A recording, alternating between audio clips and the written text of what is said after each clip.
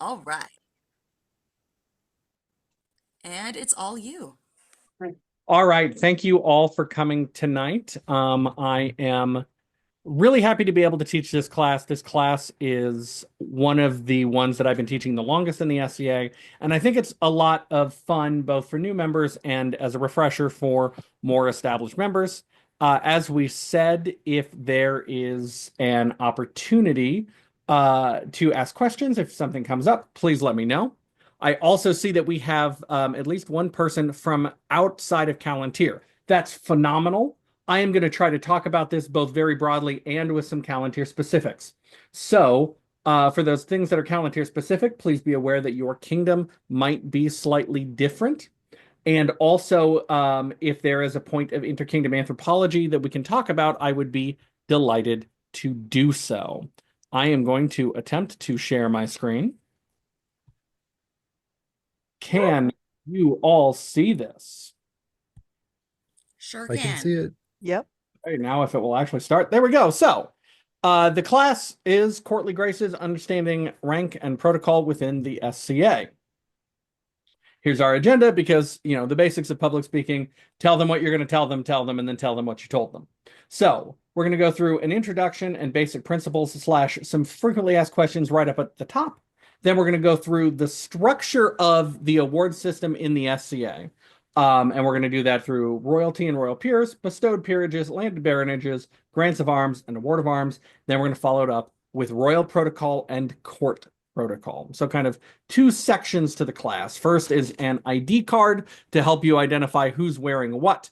And then a what do you do when you run into those people? So as a very quick introduction, as the class event said, my name is Baron Saito Takauji. I am the landed baron of the barony of Magmore in the kingdom of Calontir.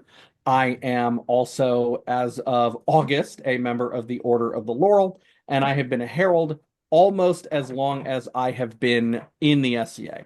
I really love heraldry and protocol and those little things that make the game feel more like the game. And that's what court and protocol are to me, is the way, or one of the ways, not the only one of the ways in which we step out of the modern world, which is at least pretends to be very egalitarian and without consciousness of class distinctions, and we move into a world where there is that consciousness of distinctions in the most gentle and inviting way possible, right? Because we have these ranks and everyone earns their ranks, and so it is a matter of courtesy to acknowledge them. But one of the things that I tell people right up front to really try to take some of the concern out, take some of the fear out, is this is a game. And 99% of the people that you are going to be interacting with understand that it is a game. So no one is going to be mad at you for getting it wrong. I have called the Queen of the West an excellency. I called Countess Lyriel of Calontir a duchess for like 2 years because I thought she was a duchess. No one got mad at me, although the Queen of the West's retainer got a little snippy, but I didn't self-combust. No one came to throw me out of the SCA or have me executed. I learned, I grew. I have no doubt that she forgot that some punk kid at Estrella War in 2005 called her an excellency. So, no one is going to be mad at you for getting it wrong. It's okay. Trying to use proper titles is, to me, a sign of respect, and courtesy is a noble and chivalric value. So I try to be a little bit precise about title and style usage, but not everyone needs to be. If you're a little bit more egalitarian, if you have trouble remembering, it is okay as well, as long as you are being polite. One of the best things you can say to get out of trouble if you're new is to say, I'm new. We give a lot of latitude for people that are still learning. Again, as long as you're polite, as long as you're trying, that's what's important to us. This is a personal thing that I like to say. And again, in some kingdoms, it is done. Please do not stack titles. As a landed baron, I am entitled to the title of baron. As a peer, I am entitled to the title of master. I am never Baron Master Uji. unless it is a joke or you are doing it to tweak me.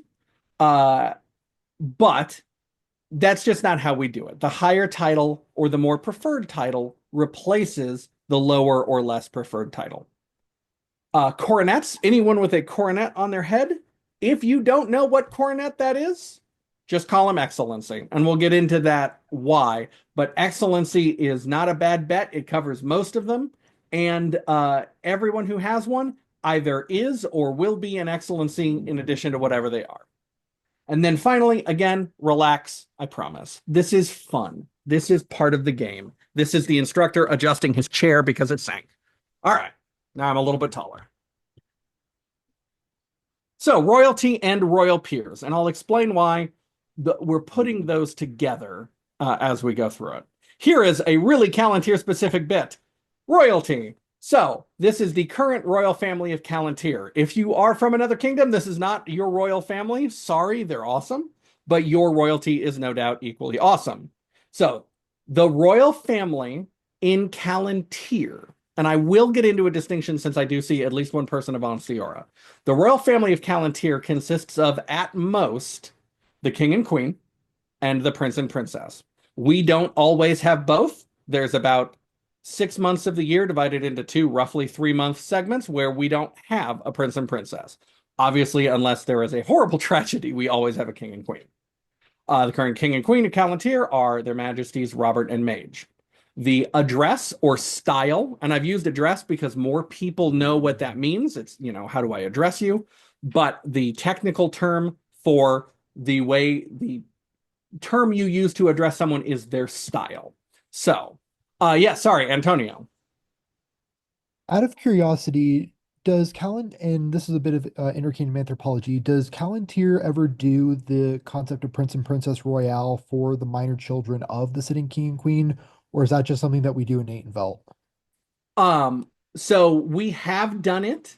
If the crown has minor children, sometimes they will be recognized as a prince or princess royale.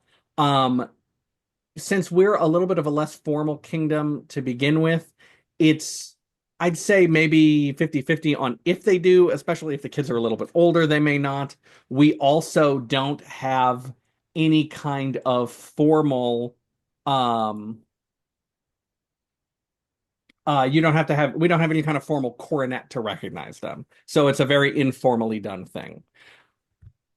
What that question is in some kingdoms, if the crown has minor children, they will be given the title and style of Prince or Princess Royale for that reign. That does not confer any precedent or privilege after the reign, but it is a way of involving especially younger kids in the reign so that they don't feel left out. Because, if you've got a 5 or a 6-year-old, it makes perfect logical sense to a 5 or 6-year-old. Well, if mommy and daddy are queen and king, that must make me a princess or a prince. So it's a way of making them feel like they're a part of it. And I do want to say, as Her Ladyship Barucha pointed out, you could have a king and consort if the same gender were to win, queen by her own right and consort.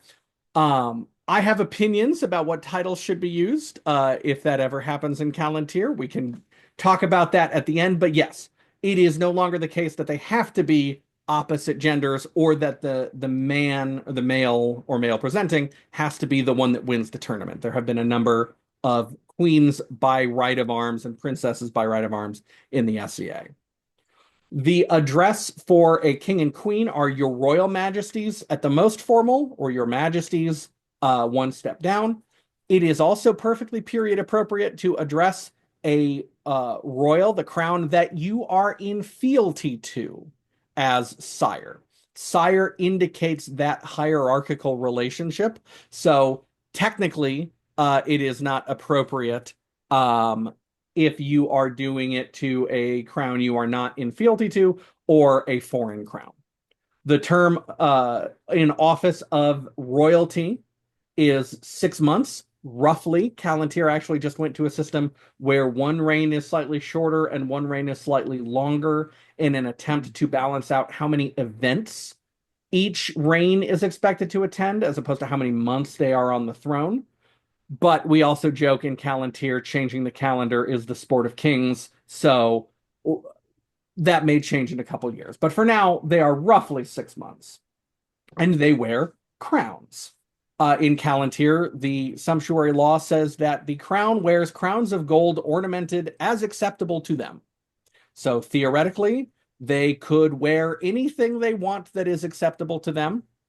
A particularly, I guess, we won't say arrogant, we'll say calling their own shot fighter could theoretically have their own private crown made for them to wear while they're on the throne and deem it acceptable to them while they're on the throne. And in fact, that is how it worked historically. The first several kings in the SCA that were crowned in the West Kingdom, from whence we all came, were crowned with their own crowns. They did not have kingdom-owned crowns until slightly later in our history. And until recently in Calontir, there are also some baronies that did not have coronets. Until I want to say 2022, the barony of Three Rivers did not have a set of coronets that the barony owned. Each baronage stepped up with their own or borrowing another former baronages. But in Calontir, almost universally, well, I won't say almost universally, the crown uses the crowns that the kingdom owns. The prince and princess, the crown prince and princess, most technically, are addressed as your royal highness or royal highnesses. And again, this could be crown prince and prince, crown princess and princess, depending on how it breaks down. Their term in Calontir is roughly 3 months from the time that one of them wins crown tournament to the time when they succeed to the thrones. And they wear coronets.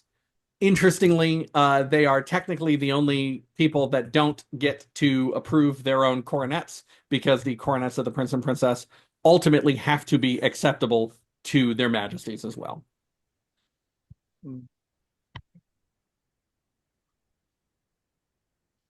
So not pictured for Calontir, but and I did see for Karotica that you actually live in Cordon Bleu. Um, yes. Oh no, I went too far. Sorry. So not pictured in Calontir are territorial princes and princesses. There are principalities in the SCA, one of which is the Principality of Vindheim, just to the south of Calontir, that select through an armored combat tournament their territorial prince and princess, or again, prince and prince, princess and princess, however that breaks down.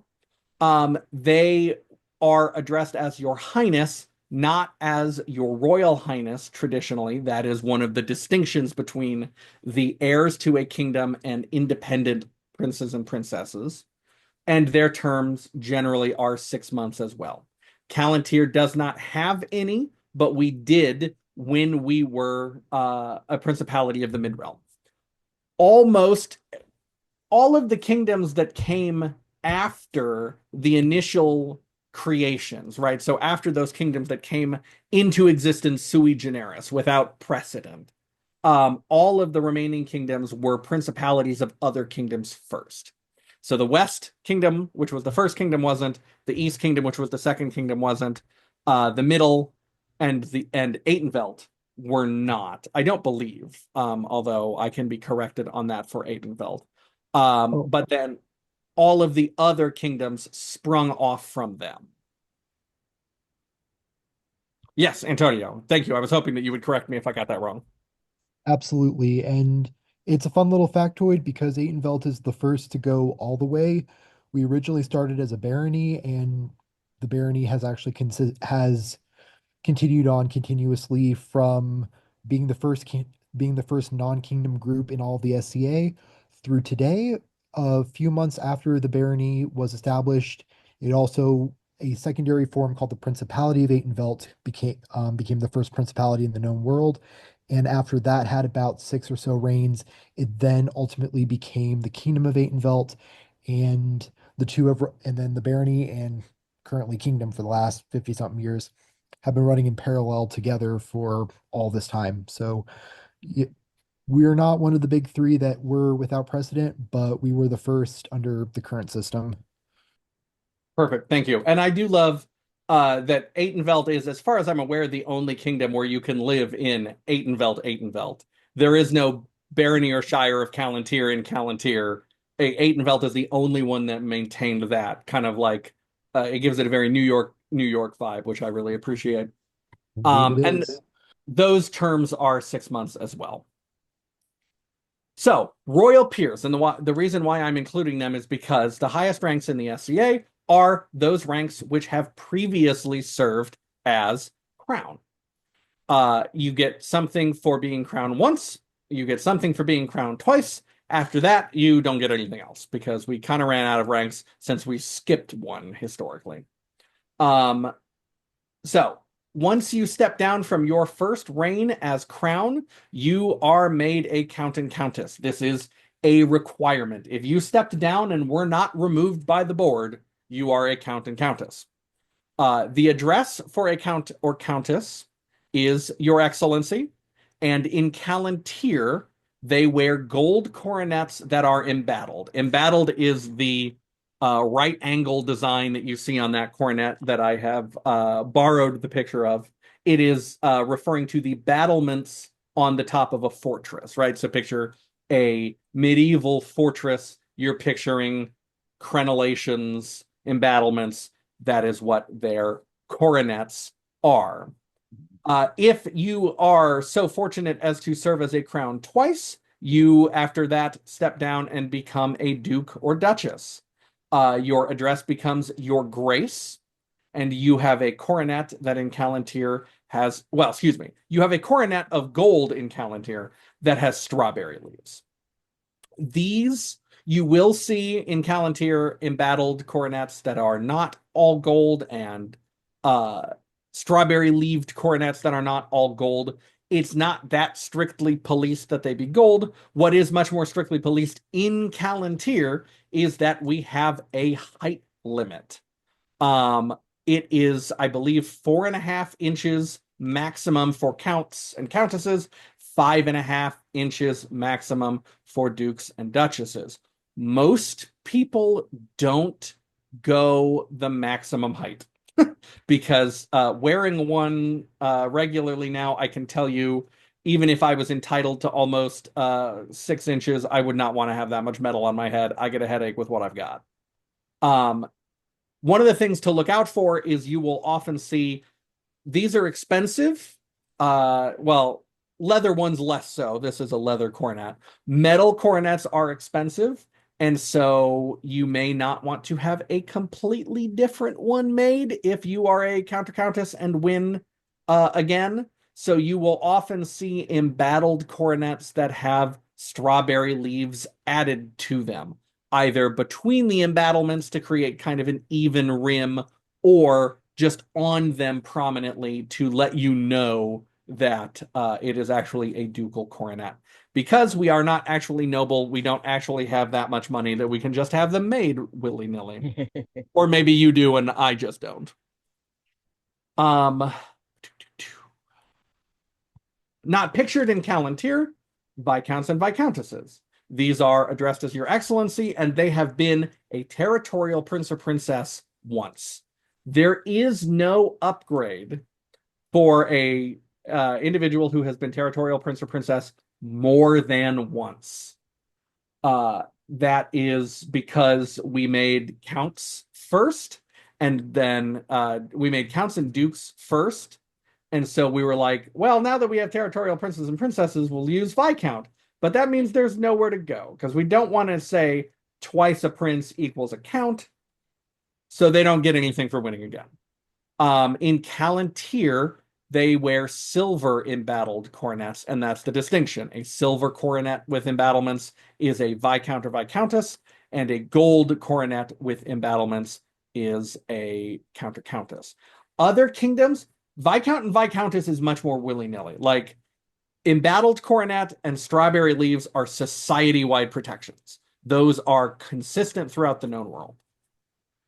Viscounts and Viscountesses is more of a kingdom by kingdom thing. So I don't know what it is in those kingdoms near us that still have them, which I think is only Vindheim. So I don't know what Onstiora says a former territorial prince or princess coronet looks like. Calontir only has 17 total in our OP, and many are also counties or duchies in their own right. So this is a much less common one to encounter. So now we move on to the bestowed peerages, and that's a distinction that we're drawing between a royal peerage, which one earns for service as crown, and a bestowed peerage, which one earns for service and excellence in one of the broad areas of pursuit in the SCA. So we're going to start off with the fighting. These are the first peerages which were created. In fact, the Order of Chivalry knighthood predates pretty much everything else in the SCA. So the Order of Chivalry is actually divided into two separate but equal parts. Insert the law and order theme here. Oh, there we go. Sorry if that was way too loud. Because early on, it was felt, to be more historically accurate, that knights should be in fealty, and some early people had some issues swearing fealty, right? Because it was literally year zero, and we hadn't quite worked out what fealty meant. So there was some concern, well, what if the king says, you're in fealty, wash my car. You're in fealty, pay my mortgage. Most of us now, nearly 60 years later, would say that the response to that is, Your Majesty, I'm in fealty, but this is a game and I'm not paying your mortgage. But at the time, they were still coming around how they felt about that. So eventually they broke it into two sections. They are all members of the chivalry. They just have slightly different regalia, slightly different titles, and come from that historical place. So the Order of Chivalry knighthood, the symbols are white belt, gold chain, and spurs. They must swear fealty every reign. In Calontir, if you see a knight who wasn't at coronation and later shows up at an event, almost always they will have their chain hanging from their belt, because since they have not sworn fealty yet, they are not wearing it. But then they will swear fealty as soon as they are able and begin wearing their chain again. And spurs. An associate is called a squire. The students that they can take are called squires and traditionally wear a red belt. The white belt, gold chain, and spurs are protected society-wide symbols. The red belt is simply a customary symbol. So some kingdoms have chosen to put it in their sumptuary laws, others have not. Calontir has not. So technically, there is nothing at the society level or the kingdom level keeping you from saying, well, gosh golly, I think I would look good in a red belt, so I'm going to wear it. I would not advise that you do so, however, because that will not be taken well by the fighting community. A knight is addressed as Sir, and as I said, we literally knighted David the Herald at the very first tournament in Diana Listmaker's backyard in Berkeley, California, before we had any idea what we were doing, or even that we were ever going to do this again. So it predates anything else in the society. The Order of Chivalry, Masters at Arms. They wear a white baldric, which is like a belt, but it goes across the chest. And spurs. Depending on the kingdom, if they choose to wear fealty, they may also wear a chain. There are one of our prominent dukes in Calontir, Duke Agamemnon, is a Master at Arms, but he almost always wears fealty, so he almost always is wearing a fealty chain. Their associates are still squires. They frequently wear a red baldric and are addressed as master. Karotica asked, are knights addressed as sir regardless of gender? That is a personal choice. In Calontir, I believe all of our female knights, I don't believe we have any gender nonconforming knights. So all of our female knights have chosen to go by sir. Sir Marin, well, now Countess Rionwyn, but Sir Rionwyn, they all choose voluntarily to go by Sir. In some other kingdoms, you'll see female knights go by Dame. instead, although in some kingdoms, dame is an optional alternate title for any female or female presenting peer. So that's kind of a how do they feel about it, rather than there being a standard. But in Calontir, we have kind of adopted sir as being gender neutral, regardless of the fact that historically, obviously, it was not. The bestowed peerages for arts and service are the Order of the Laurel, my order. It is given for arts and sciences. Its symbol is the laurel wreath. Associates are called apprentices and wear a green belt, and you are addressed as master or mistress. This was introduced in AS2. I believe it was 12th Night Coronation in the Kingdom of the West in 1967. They came up with a lot of stuff. They said, okay, cool. There should be something equivalent for knights for other stuff we do, because now we're actually wearing clothing, not just jeans, and now people are cooking food and playing music. So they were originally going to create the Knights of the Order of the Laurel, but then the first recipient did not want to be a knight, so they changed it simply to the Order of the Laurel. Most commonly, you can recognize a laurel because they will have a laurel wreath on something. I am wearing my laurel medallion. In Calontir, almost all peers have cloaks, because we make it a tradition of giving a peerage cloak or coat as part of our ceremony. So the cloak or coat of a laurel will almost always have the laurel wreath. Of a knight will almost always have a gold chain embroidered on it somewhere. And the pelican will always have a pelican in its piety. The Order of the Pelican is given for service. Its symbol is, I mean, we got really good names right away because the symbols are real obvious for these two. The symbol of the pelican is a pelican. Their associates are referred to as protégés, and they wear a yellow belt. They are also addressed as master or mistress.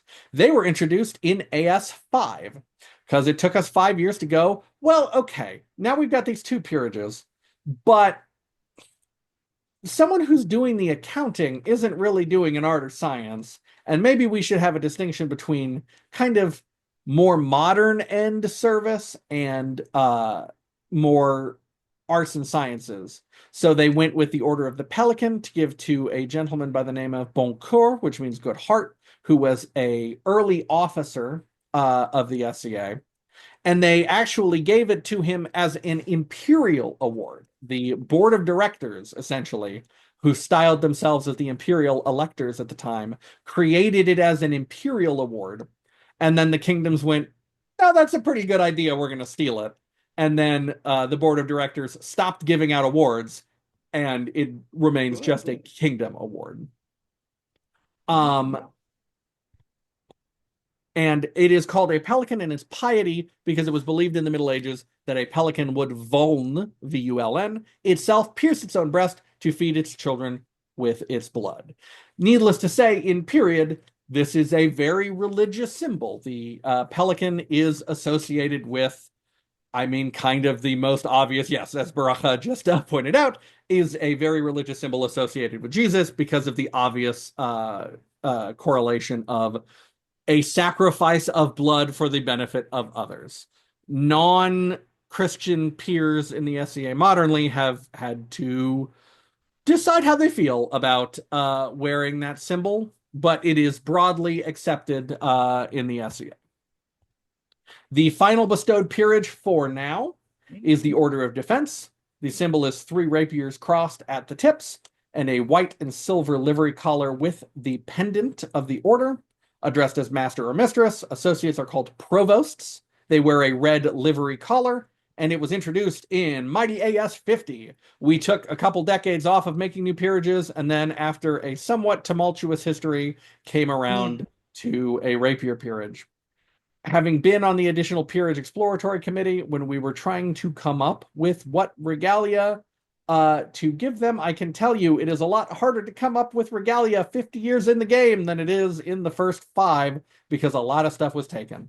But a livery collar with the symbol of the order was eventually settled on, and you can see the parallel since it is a fighting order. It is the peers wear white and the students wear red. The symbolism was obvious. So, a subject near and dear to my heart, very quickly, we're going to touch on baronages, landed and court. So there are two types of people who are barons and baronesses. There are landed and there are court. A landed baron or baroness, and again, this can be, you can have same gender couples. The first male same-sex pair were, I want to say, on tier. I believe the first female same-sex pair were in the Outlands. The term, broadly speaking, is 2+ years in the Outlands. When I started, it was like, it's 2 years. You're kind of expected to be done. In Calontir, 2+ really means minimum of 3. Maybe if you want to go, like, you can go to 5. In Calontir, the coronet is of gold with pearls or spheroids and no more than 2.5 inches. The address is Your Excellency, and they are the crown's representative in a barony. By Calontir Kingdom law, when I am within the borders of the barony of Magmore, I outrank everyone but the crown, and obviously Her Excellency does as well. And pearls or spheroids can be a little bit loose here, as you can. It's disappearing. You can see on this one, the spheroids are set in the band rather than being elevated. But in our very lovely and very light set that we got, they are on the band. But generally, they will have some kind of round stone, and they will be gold in Calontir. Court barons and baronesses don't have a term because it's not an office. It is purely an award. It is awarded by the crown. They wear a silver coronet with pearls of no more than 2.5 inches. They are addressed as Your Excellency, and it is awarded for merit or anything else the crown desires, or as a recognition for former landed baronages. In Calontir, a court baron or baroness or baronage ranks above all AOAs and AOA orders. Gotcha. Grants of arms and awards of arms. So, grants of arms in general. The official address for someone who has a grant of arms, which is below a peerage and above an award of arms, is Lord, Lady, Noble, Armiger, or an approved cultural alternate title. However, it's long been recognized, gosh, there should be some way of differentiating. So the unofficial address, the traditional address, is, depending on your kingdom, Your Lordship or Your Ladyship, or the Honorable Lord, Honorable Lady, Honorable Noble, or Honorable Armiger. In Calontir, all grant of arms level awards are polling orders. This means the order meets to discuss candidates and advise the crown on inductions. Importantly, this is to advise the crown on inductions, not say who has to be there or who can't be there. The crown is the ultimate decision maker, and according to Calontir law, as long as they've asked, they can do whatever they want, which is also true of the peerages. The expectations of grants of arms include leadership and teaching, taking on greater responsibility in the kingdom, and showing greater expertise in their specific content area. Like we will talk about with the awards of arms, someone can also be awarded a simple, bare, or naked grant of arms, but it is uncommon in Calontir. In Calontir, the overwhelming majority of grants of arms come with membership in one of the grant of arms orders, which we will now go into. The grant of arms orders of Calontir are for fighting the Hearth of Calontir, the Iron Hearth, Boga Hearth, Ao Hearth, Steel Hearth. For arts, the Order of the Calon Lily. For sciences, the Order of the Silver Hammer. And for service, the Order of the Calon Cross. Two important things there that Calontir does differently than every other kingdom. First, one of the really cool things that Calontir does is all members of the fighting awards at both the GOA and AOA levels are technically part of the same order. It is like the chivalry with knights and master at arms, except you can have more than one. So you are made an Iron Hearth for armored combat, but that means you are a member of the Hearth. You are a Huskarl of Calontir alongside every other member of every GOA fighting order. And they will do things as the Hearth, as the Huskarls. Like, there are a couple of songs that include the word Huskarl, and every single Huskarl in attendance will shout it at the top of their lungs. The other thing the Calontir does that is different than every other kingdom is we have different awards at the AOA and GOA level for arts versus sciences. Now, you might be asking yourself, well, how do you tell what is an art and what is a science? And the answer is that's a really good question. Yes. And it really depends on who it is and what crown and which order says yes first. There are some general traditions, like calligraphy and illumination is generally an art. Sewing is generally an art. Writing, poetry, and scroll text, which is what I got my swan, lily, and laurel for, is an art. Blacksmithing, silversmithing, research, carpentry are all sciences. But in fiber arts, weaving is considered to be a science. So if you do embroidery, you may get an art or a science, depending on if they are viewing you as doing it artistically or doing it as a fiber art. But weaving traditionally ends up in the hammer because it's seen as being more like pattern-based and scientific and planning than artistic. And if you're thinking, gosh, there must be a lot of people who end up in a weird order or feel like they should have been in the other one, you are also still correct. And the Order of the Callan Cross is the service award because the Calontir symbol is the Cross of Calatrava. And again, for those of us that are not Christian, there are feelings, but that one is very ingrained in kingdom culture. Moving on to awards of arms in general. The official style is Lord, Lady, Noble, Armiger, or again, a approved cultural alternative. Differentiated from a grant of arms, the simple award of arms is almost always the first award given in the society, granting one any of the styles above, and orders also carry awards of arms.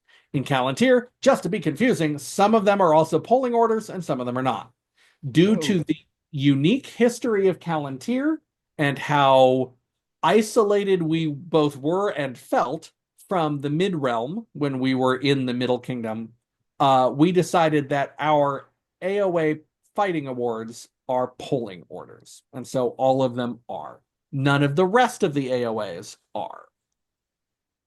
So the Award of Arms orders, the Feared of Calontir, again, just like the Huskarls, the Fearedmen, are all one omni order that you can then be in each. The Ironfeared for armored, Boga for archery, AO for equestrian, and Stele for Calontir steel.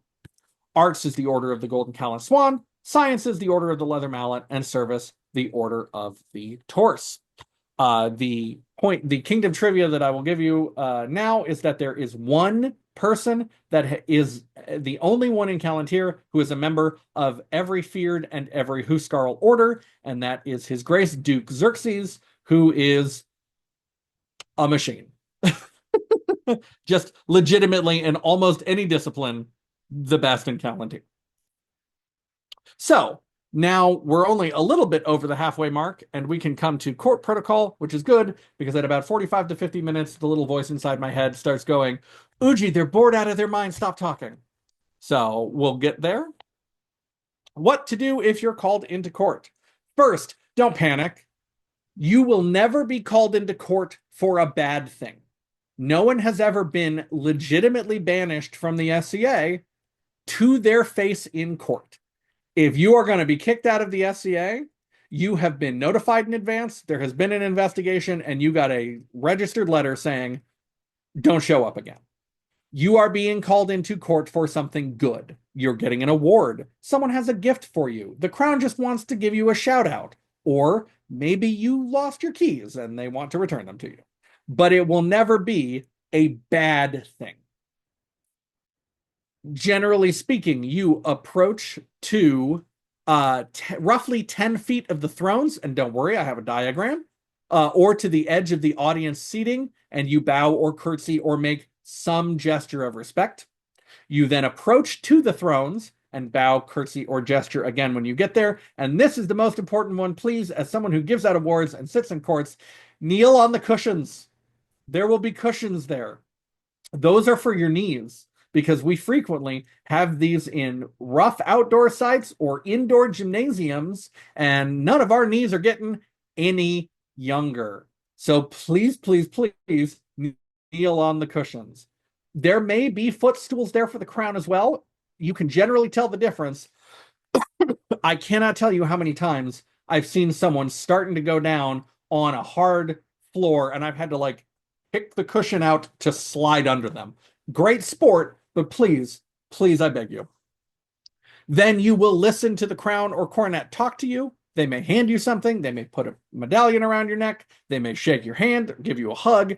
But there is a reason you're up there, unless it is like you could also be called into court because you have run something at an event and you are, say, announcing who won the archery competition. At that point, one, you probably know in advance, and two, you don't need to kneel and listen to them. We'll talk about what you do for them in a second. But if you're called unexpectedly, you go up, you kneel, they say nice things. Then to leave court, you do everything in reverse. You stand up from the lovely cushions, bow, curtsy, or gesture, back away to 10 feet, bow, gesture, or curtsy, and then you turn to go. Here we have a very basic chart. And as you can tell, right at the bottom, graphic design is my passion. So this is a basic court layout with 2 rows of seating. If you were to be called into court, as I said, you would go to the center aisle, you would walk to the edge of court, you would make some gesture of respect, you would advance to kneel on the cushions and listen to the royals, then you would stand up from the cushions, back to that same edge, bow, and then go to your seat. Importantly, if you have mobility issues, if you are injured, if you are just not feeling the kneeling, you can just say, Your Majesties or Your Excellencies, if you're called in court, may I remain standing? Or I would prefer to remain standing. I have never seen a royal or landed noble say, no, you have to kneel. And I would be frankly shocked if they did. So if you can't get down, if you're worried about your garment, as someone who wears Japanese, I've got long poofy pants. Sometimes is a little bit risky to go down and get up. Or if they're on a very narrow stage and you're worried about getting up there and standing or kneeling, it can be a little quiet conversation. They will almost 100% for sure let you stay where you feel safe and not precarious. And if they don't, report it to the Kingdom Seneschal. Also, a point of interkingdom anthropology that I didn't put on this chart, in Calontir, it is traditional that the seated court is their majesties, their highnesses if they exist, and the local landed baron / baroness / both, if they're in a barony.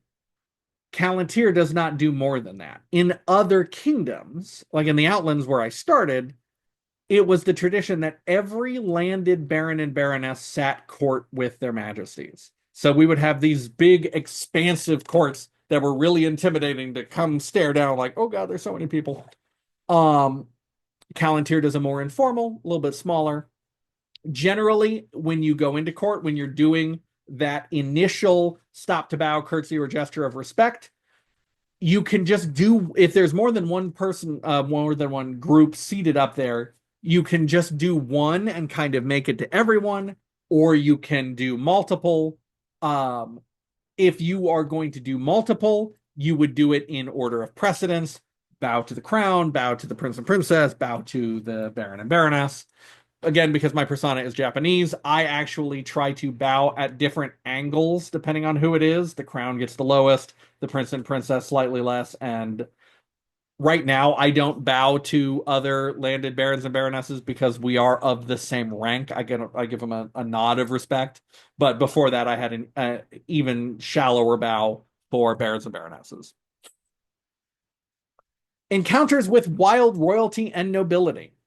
Royalty is considered to have a magic bubble around them. It's invisible, but it exists, and you can watch it ripple through a crowd. It is referred to as the presence. If you are approaching royalty, it is polite to stop and bow, curtsy, or gesture at this border and wait for acknowledgement. If you need to speak to them, you can approach one of their retinue. There will almost always be someone hovering behind them. In Calontir, they have a basically branded bag with either the king or queen's or sovereign or consort's arms on it, indicating, hey, I am the retainer to this person. So you can also sneak up to them and be like, can I have 2 minutes with their majesties? But if you want to speak to the crown, you approach to roughly 10 feet, make a gesture, and wait for acknowledgement. The presence can expand or subtract based on the size of the room. This is not protocol on a U.S. naval vessel where if they're in the hallway, you have to brace to the wall. Just we're trying to give them a little bit of respect. And if they're motoring by you, again, make a judge of it. If they're within about 10 feet as they pass you, it is appropriate to stand up if seated and able, bow, curtsy, or gesture as they go by, and then resume what you were doing. If you cannot stand up as they're going by, or you just don't notice them and you don't want to like drop your sewing and stand up quickly, a seated little bow is always appropriate as well. Antonio clarified about who is in court. Out here in Atenvelt, the unspoken rule is the local baron and baroness for the crowns for an indoor venue and all in attendance for outdoor venues. That makes sense. In the Outlands, it was also like, hey, how much space do we have? For indoor venues, we would like all of them, but if we don't have room, we'll trim down as needed. Yes, so there was a question. Wasn't there some discussion about combining the arts and sciences awards in Calontir? There was.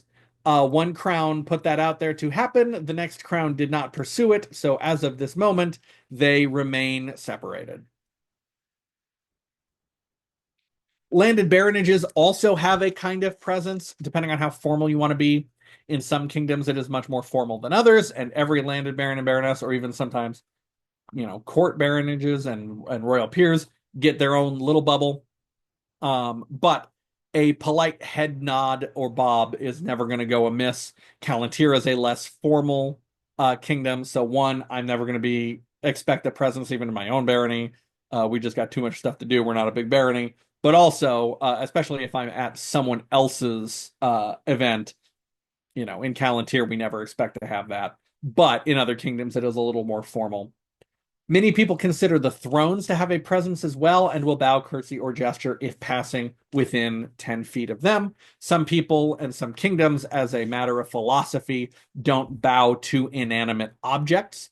That's kind of more of a personal one for you. For myself, for my persona reasons, I bow to the throne. Other protocol bits and bobs. During a feast, there will be toasts to the king and queen, the prince and princess, and landed baronage, if within the barony. In Calontir, these are done by the peers present in order of seniority. So this is a fun one because kind of every group knows who their toast-giving peers are, and they don't change until, unfortunately, someone moves or passes away. In the barony of Magmore, we know, gosh, we're having a feast. Where are Volkmar and Isadora? Because they are the senior peers of Magmore. They are making the toasts. And so, like, at our recent event, Isadora was working, so I did one of them. But Volkmar stood up and toasted their majesties. Then there was a toast to their highnesses. And then there was a toast to Lelia and myself as Baroness and Baron. Here is a non-SCA protocol thing that probably literally only I care about, but again, I'm a protocol nerd. If you are being toasted, and may you all be toasted at some point in your SCA careers, you do not drink when you are being toasted. You receive the toast. So at our event, toasting their majesties, I drank. Toasting their highnesses, I drank. When we were toasted, I did not drink, and I do a little hand over the heart and bow to receive the toast. Again, that is also a non-SCA protocol matter that comes up in masonry, that comes up in military organizations. At the end of Calontir courts, the herald will do a little call and response section. They'll say first, "Long live the king," and everyone says it back loudly. Then they will say, "Long live the queen," and everyone says it back loudly.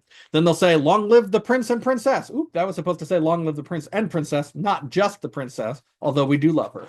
"Long live the prince and princess," and everyone says it back loudly. After that, in Calontir, the herald will yell, "Long live these sovereign lands of Calontir," at which point everyone yells, "Calontir," and loses their minds. It is a very fun tradition. Most kingdoms that I've been in have some kind of tradition like this. In the Outlands, it wasn't prompted by the herald. It was just "Long live the queen, long live the king, long live the queen, long live the prince and princess." And then everyone shouted "Outlands" at the top of their lungs and lost their minds. Kingdom pride. If you go to a war or an outdoor event, you will possibly see someone standing outside of a porta potty holding a coronet in their hands. This is a member of retinue. This is an attendant to royalty or nobility who are told very strictly, don't take the crown or coronet into the porta potty because God help you if you drop it in the nasty blue goo. That's just a bit of protocol. Royalty not wearing crowns are often trying to go stealthy. They may just be running out like, "Gosh, I don't want to have to put on my crown to run from my tent to the cooler. Let me sneak out and do it." They may be trying to pull we'll call it a more fantastic than historical tradition of going out to mingle without people knowing it's them, except we all have Facebook and know what each other looks like now. But they may be trying to go in stealth mode or incognito. It's okay to still acknowledge them, but they may be making that choice. Also, the crowd might really have had to go to the restroom and just run out of their tent. All I'm saying is there have been people that yelled at crowns for sneaking out without their crowns. Just be cool, guys. Number one rule, just be cool. Royalty at post revels are just people there for a party. You don't have to be any more deferring than you want to be at a post revel. You still can be, but the first time I hung out with royalty, I didn't know. It was after an Estrella. We were getting Chinese food, and I kept calling Anton and Isabeau "Your Highnesses," and Anton looked at me and said, "Uji, we're at a restaurant. You can just call me Anton." So we have made it to the point where my little voice inside my head says, "Stop it, you've been talking too long." So are there any questions? Are there any other things that people want to discuss? We have about 10 minutes left on the schedule by my watch, so we are happy to talk about anything else that people want to. Whoops. I do see a question in the chat. Wasn't there some discussion about combining the Arts and Sciences Award? Yes, and I addressed that very briefly. That was brought up by one reign. It was not continued by another reign, and so right now it is deceased on arrival.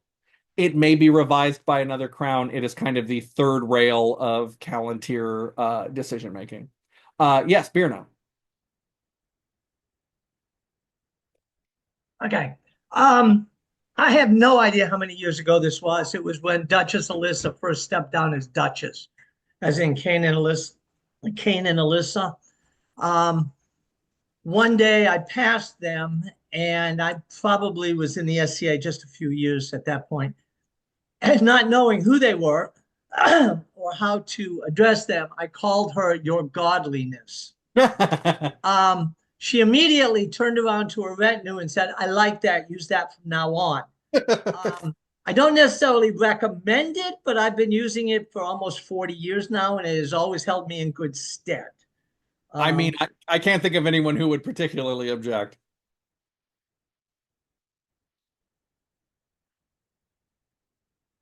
And again, it's, these are all interesting as you travel. One of the reasons I love traveling in the SCA is because you get to see how differently things are done. We could talk about, I was about to mention Atenvelt, where in Atenvelt they have a different award for former barons and baronesses after they step down. But yes, Antonio. Well, because you had mentioned that, and this is actually something because out here in Ainvelt, I'm a court herald for a couple of different baronies, and we've just gone over a couple of different transitions within the last calendar year and are working for our third because I'm in what's called Central Atenveld, aka the Valley of the Kings. We, because that barony of Atenveld has been as big as it has been for as long as it has been, the Phoenix metropolitan area, which the barony of Atenveld was based in, is actually now three baronies, the youngest of which, the barony of Twin Moons, where I'm personally based in, has been a barony for about 30 something years now. So we've had a lot of people forever, but we are the one kingdom in all of the SCA that does not use court barony either by itself or with some either modification or add-on for retired B&Bs.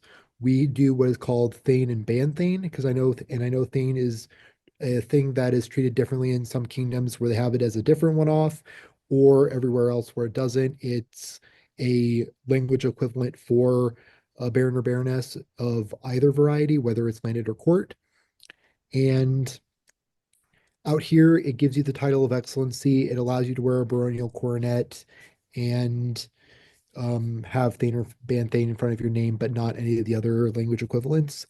And it is something that was established way, way back in the day because they wanted they wanted something to differentiate those who had gotten a court barony from those who were um, who from those who had actually reigned, because there was a feeling that those should be separated, and our kingdom was the one to bite the bullet and really do it.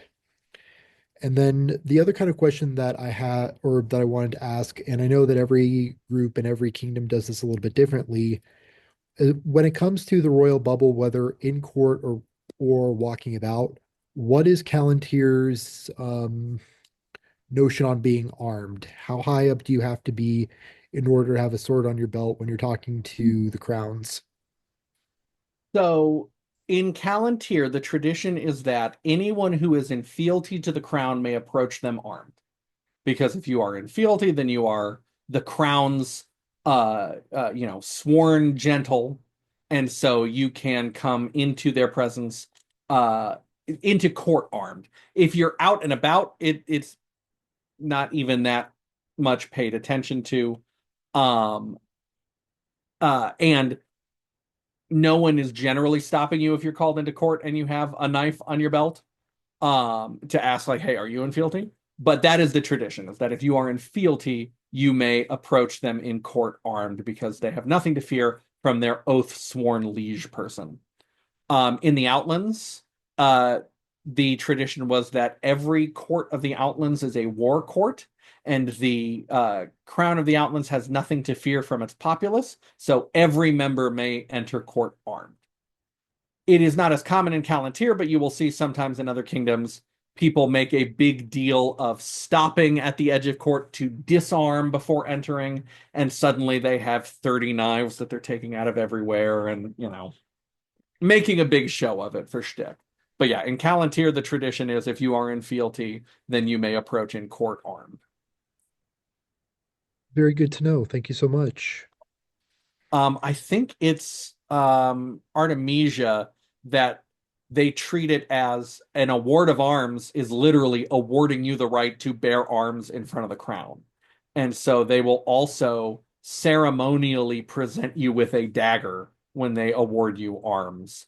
And if your friends are there, it might be a dagger you get to keep. If not, the crown hands you a dagger and you hand it back.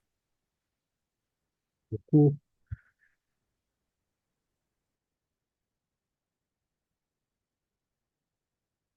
Any other questions? Yes, Glenn.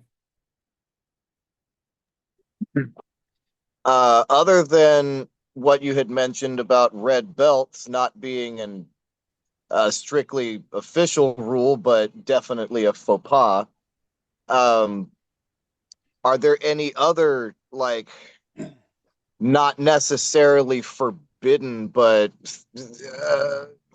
fashion statements to avoid if you're not crowned? So I ask this because one year at Gulf Wars, I was mistaken for an excellency because of an actual hat that I was wearing with gold trim. Which is a very kingdom by kingdom thing. Yeah. So The big ones are sorry. Well, I'm just saying to avoid confusion and minor maybe, but mistakes like that. Is there something? Is there anything else you just kind of shouldn't wear unless you're of a certain rank? Yes. So to run down very quickly, all of the peerage emblems that I mentioned are protected.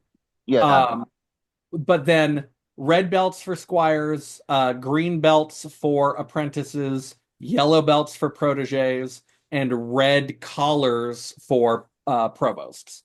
Those are all not protected at the society level. Calontir does not protect, but almost every kingdom, customarily, those are associated with those student relationships. Some kingdoms I'm wearing a blue belt because I was a squire for a lot of years before I was a laurel, so I had to come up with a different colored belt to wear. Some kingdoms traditionally, I think the East says a blue belt is for a man at arms. That is someone who is not a squire, but kind of in the squire trial period, or a sworn fighter to a squire. Um, there is a persistent myth in the SCA that I've encountered sometimes that blue belts are restricted because those are symbols of knighthood in the Adrian Empire, which is another recreation group. Neither of those are true, or rather, neither of those are universal. And we don't protect any other group's regalia, so anyone can wear a blue belt unless your kingdom customarily protects them. Also, I am also a knight in the Adrian Empire, so I could wear a blue belt anyway. But those are the big ones: red, yellow, green, and a red livery collar. Antonio. Honestly, I'm very surprised that you mentioned Adrian Empire because and interesting to see another crossover player. So just wanted to say hi on that front. And yeah, and fun little factoid about the blue belts. There was actually a knight in one of the baronies that I play with that was for the longest time trying to get his squires to wear blue instead of red as a differentiator, but and it actually come to me when I was wearing my blue belt to say, hey, just FYI, I'm probably going to be doing this. Although it never actually went anywhere because ultimately everybody knows that squire equals red. So, but yes, but And yes, that's fun little factoid. Yeah. There are periodically households that will say, "Hey, we want to use something different." The reason that doesn't tend to go super far is because at this point, I mean, we're almost 60 years in, and red, yellow, and green belts are really baked into the culture here. Uh, Question was asked: the society is creating new peerage. We will have new fashion to avoid if we are not of that order. So, do we have that information yet? Right now, the information that we've heard from Regalia, besides they will have a medallion. I mean, don't wear medallions of orders you don't belong to, but very few people screw that up. Um, it is going to be a ermine trim or scarf tied around the upper arm. Because again, it's really hard to find stuff that no kingdom is using. So that is what they are going with for the new archery peerage, is a piece of ermine fabric tied around the upper arm. The nice thing about that is very few people are probably doing that as a fashion item independently. So not a lot of people are probably going to be losing their, favored bit of accessorizing. But that is what we are going to be seeing, unless it changes. But that's what the board has communicated right now. That was the recommendation of the committee for creating the new Order of Esperance. So ermine is used in a lot of different places, but an ermine scarf tied around the upper arm wasn't, and we kind of got to get that specific when we're creating new peerages now. When I was on the additional peerage committee for the what became the Order of Defense, we were looking at stuff like boots of a different color, and it this late in the game, it is kind of hard, and we're going to see increasing specificity.